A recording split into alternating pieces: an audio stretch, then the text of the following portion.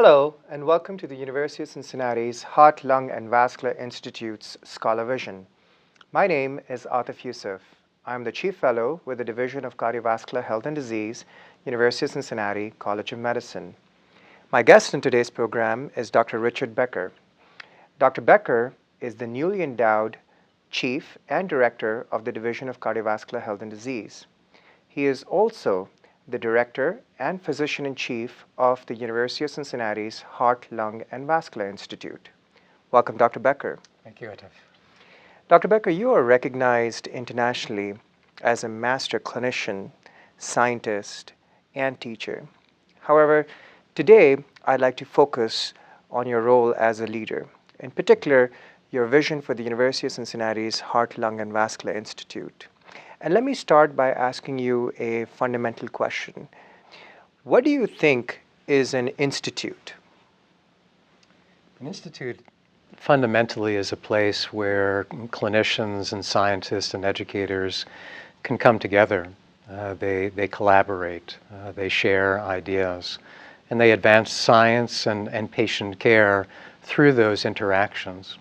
The one thing that an institute should not be is simply a calling card or an advertisement for a new service line. And regretfully, that's what I see around the country, that institutes seem to emerge on a regular basis, but they just don't have the academic infrastructure and foundation that really is required to make a difference. Yeah, I see. So really an excellent platform for people to collaborate, innovate, and come up with new innovations at multiple levels. That's right. And let me ask you, what do you think is the role of an institute in an academic health center? The institute actually plays a very, very important role in academic health systems and centers. As you know, funding from the National Institutes of Health and other governing bodies has continued to decline over the past decade. And if you ask a question, well, what does that really mean? It means that there is a lot of resource that is in jeopardy. It means that monies that have been generated by research cannot be used for the next generation of investigators. It also challenges university hospitals, where university hospitals offer a lot of free care, particularly in areas such as trauma. So those differences in NIH dollars and National Science Foundation dollars actually translate both at the university side as well as in the hospital side. Now, because institutes are geared for training, education, patient care, and research, when they all come together in an integrated fashion, there are resources that are generated. You teach the next generation, you integrate across disciplines, and actually it takes a decentralized system that is starting to typify academic health systems, and it brings things a lot closer. And that, in my opinion, is the formula for success in a very challenging environment that we face right now. Interesting. What do you then think is unique about the University of Cincinnati's Heart, Lung, and Vascular Institute? I think you captured part of it by just the name. It's the university. Mm-hmm. I mean, just think about how powerful the university is. The University of Cincinnati. We have bright people. We have colleges within the university. We have schools within the university. All of these things that are at our fingertips: bioengineering, informatics, statistics, molecular biology. So at its core, the university really starts to separate our institute from other institutes.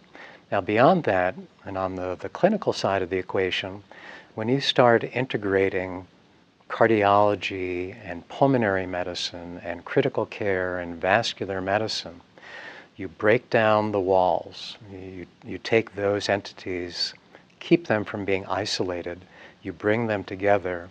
You can offer a highly integrated, very special type of patient care that very few institutions and medical centers actually can offer. So we believe that we are positioned really to make a difference and to offer the people of our community and beyond something that is quite unique. Yes, I couldn't agree more. And certainly, as a fellow, we see this at the ground level daily in the CVICU, where we're able to take care of really advanced medical illnesses through these collaborative efforts. And wouldn't it be wonderful to take it to the next step then? Absolutely. It will be, and I expect that to happen. Now, let me ask you about the future. How do you envision this institute over the next 5 to 10 years? Over the next 5 to 10 years, there'll be a number of things that will evolve. Part of it is a natural growth trajectory, but part of it is the individuals that are already here within the Institute, some very bright, well-known, established investigators, clinicians, and educators. But we are also recruiting individuals from other academic institutions that will bring specialized care in cardiology, in critical care, in pulmonary medicine. Some of those individuals will do bench science. Some of them will do clinical research. Others will do outcomes research. And our goal really is to complete a continuum that is discovery to implementation within the community. Anything short of that would fall short of the goals that we have, and I know that we can achieve. Well, thank you for your thoughts, Dr. Becker. What we have learned here today, institutes are a portal for scientific investigation and are a foundation for collaborative and interdisciplinary research. The University of Cincinnati's Heart, Lung, and Vascular Institute integrates research, education, patient care, and teaching.